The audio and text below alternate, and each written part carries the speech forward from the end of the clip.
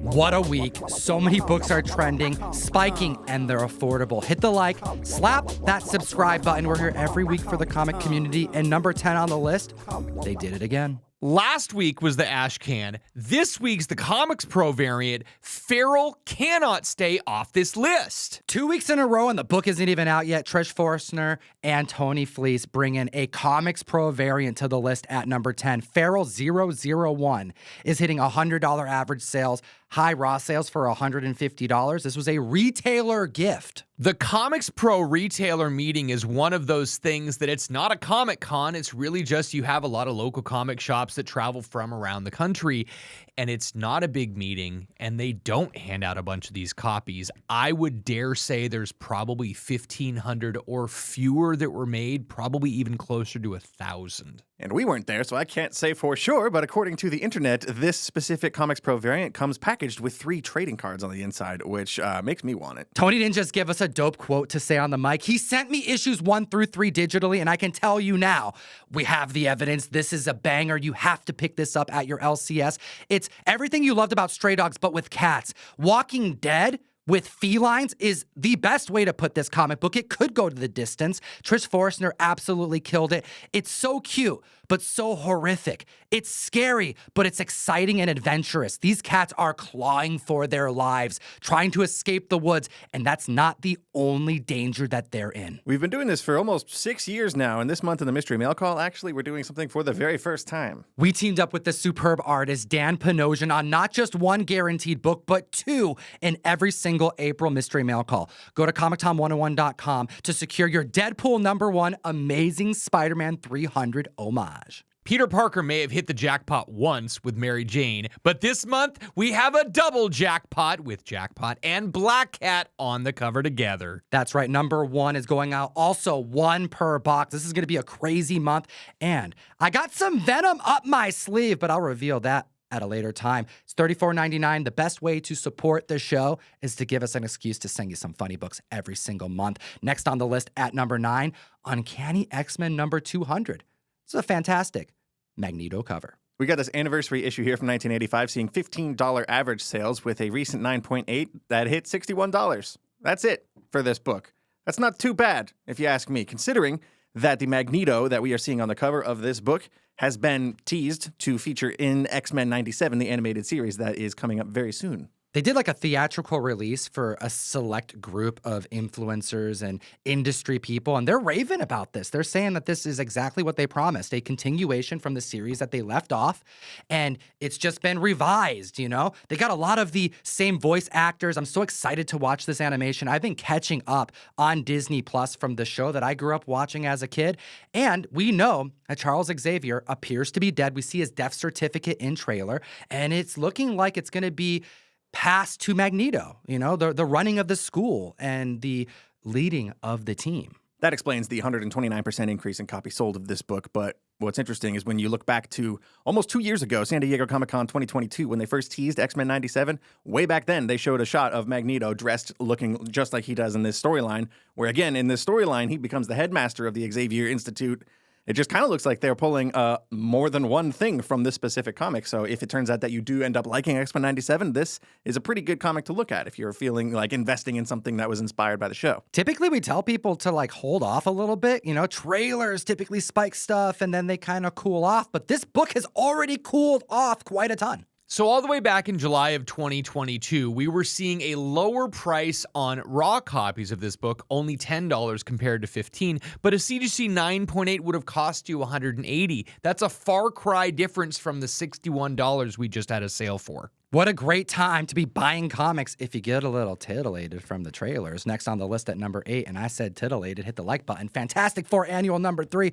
What an underrated book. I think people forget that Sue Storm and Reed Richards weren't always married. It's true. I mean, the whole series started in 1961, and they got married just a few years later, and they've been a married couple ever since, you know, in spite of rocky marriage at certain times throughout the years. But yeah, there was a brief period in the comics where they were not married, and they did tie the knot in this annual, which was kind of a tradition, you know, back in the old early Marvel days when they would kind of get married. A lot of, like, characters in these comics would get married in annuals, and it would turn into like this big celebration event.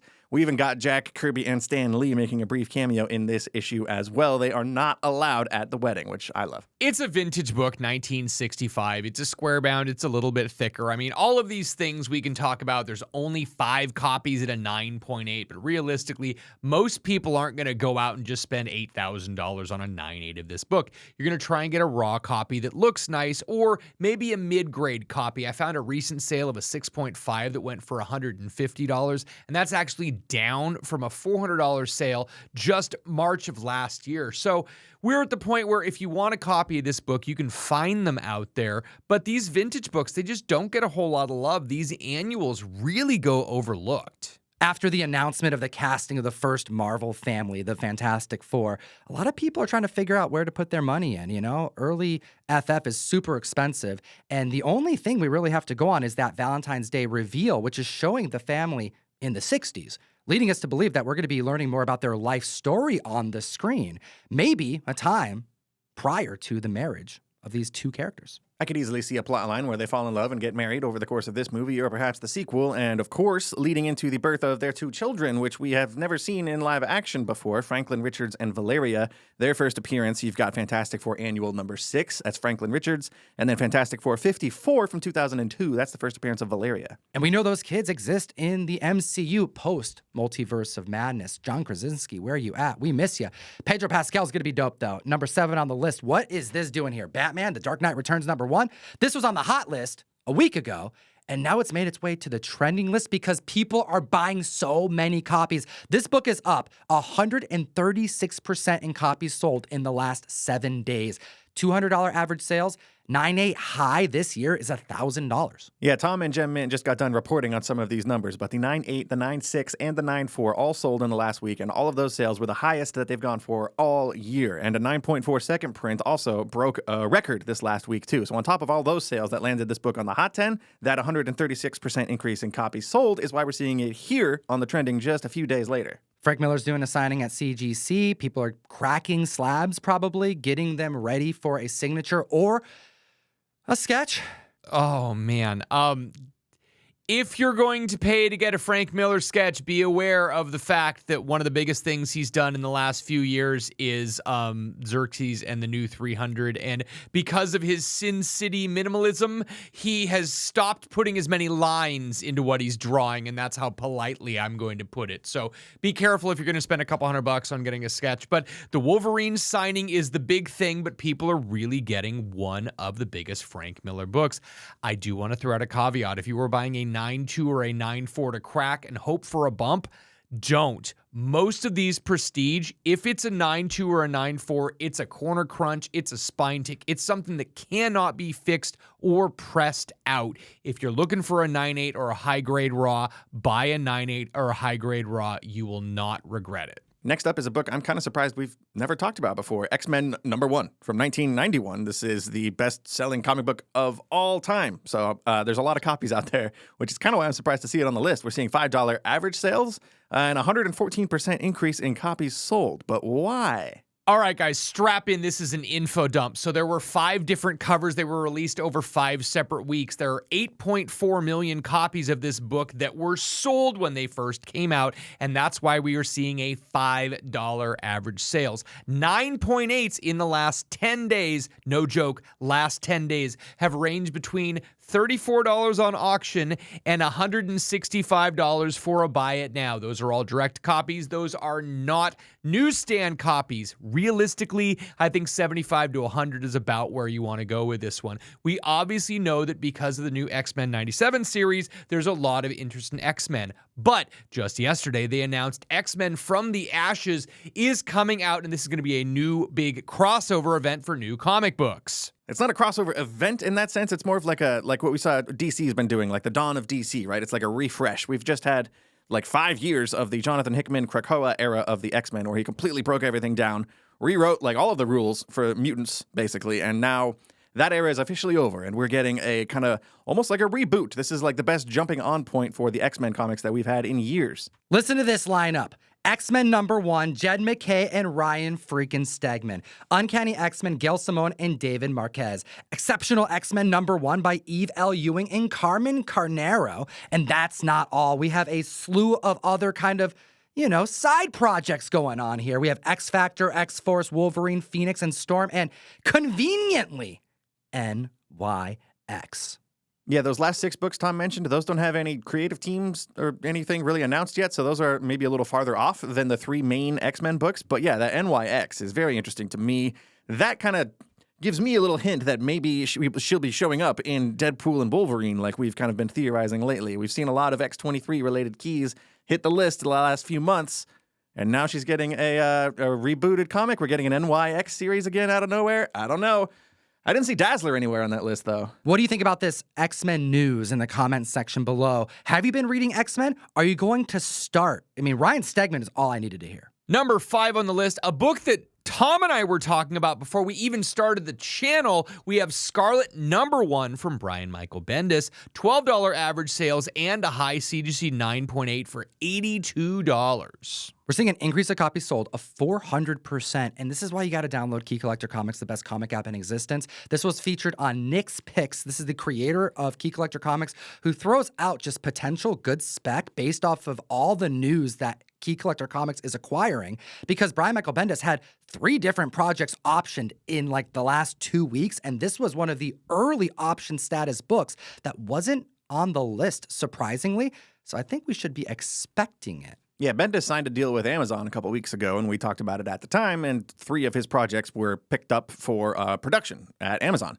And like Tom just pointed out, this book here, Scarlet, was not one of them. It's probably my personal favorite out of Bendis's sort of independent non-superhero books. He created this with Alex Maleev, and it's basically it's a revenge story wrapped up in a very political kind of drama. It's very much my speed. You've got this couple who's one of them gets murdered by the police in issue 1, and then the surviving the female partner sort of goes on a revenge quest, if you will, and it sort of balloons into this giant person versus the government storyline, and it gets pretty dark. But I really like this book. I think it would make a really intense, stressful show, so it may or may not happen. It was optioned in 2016, like Tom said, but nothing ever came out of it. So this isn't the worst idea.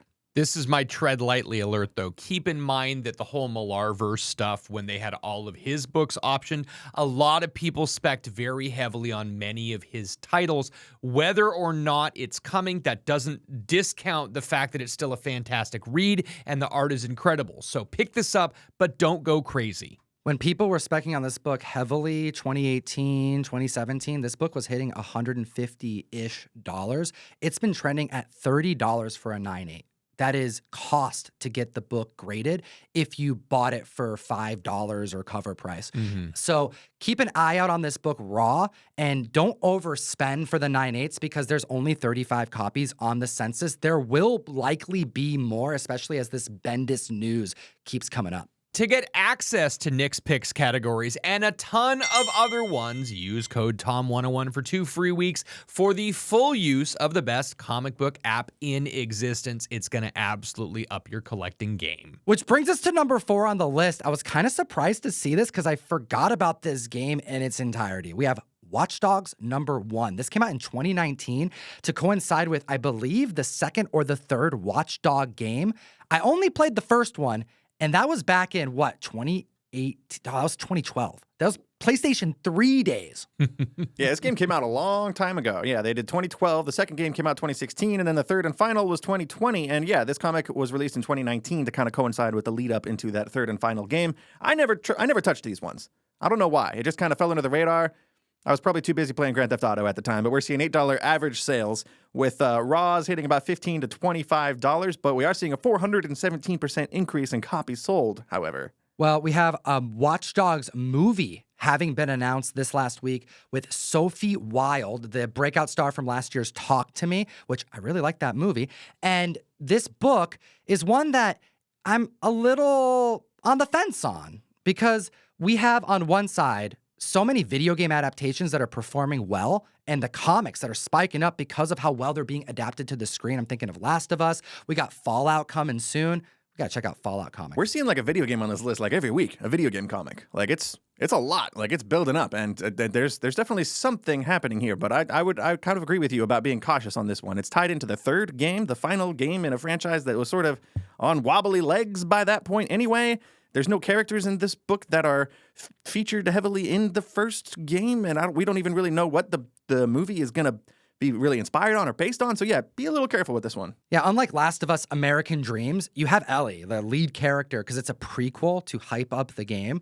And that makes sense why that book would be so desirable. This one just happens to be the only comic they released for a movie that's been announced. We're at number 3, and I'm going to surprise you with this one. This is The Crow. Number 1 from 1989. It's actually exactly as old as I am. February 1989 to be specific. $1.2 thousand average sales across all grades. I'm so old. Does that help? Does that information help? I don't know. 1.2 is kind of like across. This book's it's an all black cover. I'm pretty sure the condition is going to be a real pain. I finally read this. Tom gave me this book like a decade ago. Excuse me, I almost said a year ago. No, 10 years ago when we first met. He handed me this trade and was like, "This book means everything to me. Please read it, Ryan." I left it in the backseat of my car for like 8 years and never touched it until last night. Well, you read the first issue, and he said that he could only take it in small doses because it was so emotionally gripping. Yeah, I'm a fragile little... Yeah, I can't do it. 9.4 hit 1360. The Skarsgård-led film trailer finally dropped yesterday. And I got vibes from like... Not to compare it, but like we've been waiting for Sandman for so long. Mm-hmm. You know, we waited for Why the Last Man for so long. And then like this was just another one on the list. Like finally seeing The Crow adapted again since the Brandon Lee movie has been just something that we've been waiting for. We knew it was coming, you know? And I think that regardless of what happens with this upcoming movie, which I'm very excited about, we'll get to the trailer, it doesn't matter because even if it's bad, people are going to still buy The Crow waiting for the next adaptation to happen because it's so damn legendary. Tom and I just watched the trailer together so we could talk this over, and I can say I am a massive fan of the comic and of the first Crow movie with Brandon Lee, rest in peace. One of my favorite things, I was a freshman in high school when that movie came out. It was massive. Everyone loved the Crow movie. I can honestly say, in my personal opinion, I think the trailer of this new movie looks more in line with James O'Barr's comic book than the original movie did. Now, I still love the original movie. There are some things that I don't necessarily like about this trailer. I'm going to throw that out there, but I am very excited for how dark and gritty this looks. It's violent. Skarsgård is like lacking emotion, except for maybe anger, because it's such a revenge story, but it's set in a modern time with characters that look real. I am all in on this, but I have a major bias. I don't know if I'm going to sit down and actually read the rest of the issues. It was a heavy comic book, but we are seeing a 333% increase in copies sold on that first one, just on the excitement and strength of this first trailer. Hopefully the movie looks good. June 7th, guys, get ready. This movie's coming out this year. I know we only have one Marvel movie coming out, but it's not the only superhero comic book movie coming out. Next on the list at number 2, holy smokes! It looks like it's happening, but it's not official. But people are talking like it is official. 8 Billion Genies, number 1. We're seeing $30 average sales for the direct cover A of this book with a high 9.8 of $120. 321% increase in copies sold. I'm very excited to see this book back on the list. This was possibly my favorite book of 2022 when it came out. This came out of nowhere and blew me away. It blew everybody away. It was actually optioned like within a month of the first issue coming out, probably before issue 2 even hit. So I've missed this book. We haven't talked about it like since 2022 when it first got optioned. I was kind of worried that it may have fallen through the cracks, especially when you consider both of the strikes that happened last year. Industry insider Jeff Snyder, who has a very good track record, by the way, says that insider sources tell him that Seth Rogen's Point Grey Pictures, the production company that Seth Rogen owns, will adapt with Rodney Rothman. You know him as one of the writers from Into the Spider-Verse. That right there makes me feel more optimistic that this may actually happen. Don't forget, they've optioned a lot of things. I mean, Memetic is still optioned. I'm waiting. Where's Memetic, damn it? Like, okay, 8 Billion Genies, yeah, but where's Memetic? Yeah, Memetic's great. Go read that. Early James Tynion. I'm in love with Seth Rogen's production company, right? They did Preacher, which I didn't watch. You guys love that comic. I didn't watch or read Preacher. Show was not good. Oh, okay, that's not inspiring. But TMNT, I heard good things about. Mutant Mayhem came out last year. I was a big fan of that animation. So if they can bring some of that energy to, especially to 8 Billion Genies, which is also kind of similarly humorous, I think we could be onto something here. It's a good fit for this project. In a world where everyone is granted one wish, what the heck is going to happen? It's an amazing elevator pitch. 8 billion genies. Every single person just decides the one thing that they want more than anything. Keep an eye out for that Bird City comic books variant. Oh my gosh. 500 made, and it is a Super Mario Brothers 3 homage. Yeah, that book hit heights of $800 at release because the option status that was granted. It's trending around the 311 marker. Ooh, amber's the color of my energy. They just did a Tiny Desk concert at NPR too. Absolutely. I love 311. Shout out 311 and hit the like. Slap the subscribe button. We're here every week for the Comic Familia. And number one on the list is an amazing comic book. It's IP that I grew up watching. It's an IP that I learned to like. I don't draw very much, but any drawing skills that I have was drawing these characters as a kid. We have Dragon Ball Z #1, in which there are at least 12 printings of, but we're talking about the first printing. Collectibles, you know? This week, we are seeing a $150 average sale and a high CGC 9.8 for $800 for a first print on the news of the passing of Akira Toriyama, the creator of Dragon Ball Z. It is a 1,200% increase in copies sold this week, which is a massive number and really goes to show how much influence and sway this creator had over the industry. I am notoriously not a manga or an anime person, and even I had a Dragon Ball Z phase as a kid. So I think that goes to show just how powerful of a legacy and impact this entire franchise had, not just in Japan, but globally, all over the world. It's pretty impossible to state accurately, in my opinion. This book is tough as hell to acquire. There's only 53 copies graded at a 9.8. And I remember when my dad bought me my copy, which I wish I still had. And I think I was in 3rd grade when I got it. And I remember it was like a stack of books. So he got me multiple issues and I put them in my desk. You know, the desk that had the lids that come up, and it sat next to my pencils. I would write on them. I would put them out. And this book is one of those ones where you can kind of compare it to like Batman Adventures 12. You know, most of these ended up in the hands of kids because it affected an entire generation. And I think that's why this has spiked up to #1 this week. We're seeing just an outpouring of appreciation for this creator and the long-lasting legacy that he built. There's another factor here, too, at play. We are also in the middle of a resurgence, or I don't even know if you call it a resurgence. This is an era of live-action adaptations of popular mangas. We've seen One Piece and recently Avatar have both kind of blown up on Netflix lately, so I wouldn't be surprised to see some sort of live-action Dragon Ball, They've done it before, but not very well, so I wouldn't be surprised to see this start to pick up steam as well. Hey, if they could redo Last Airbender after what M. Night did, it doesn't matter if there's another terrible adaptation. I just said this about The Crow, and I will say it about Dragon Ball Z. There will be something else in the future. And honestly, $800 for a 9.8 seems low. It really, really does, because the previous sale just about 6 months ago was $1,320. So I actually think the person who put these up for $800 for a buy it now may have just cut themselves at the knees. Hit the like, slap the subscribe button. Who's your favorite Dragon Ball Z character? Mine's Piccolo. I want to know yours. And as always, It's Beerus. Geek responsibly. Enough said.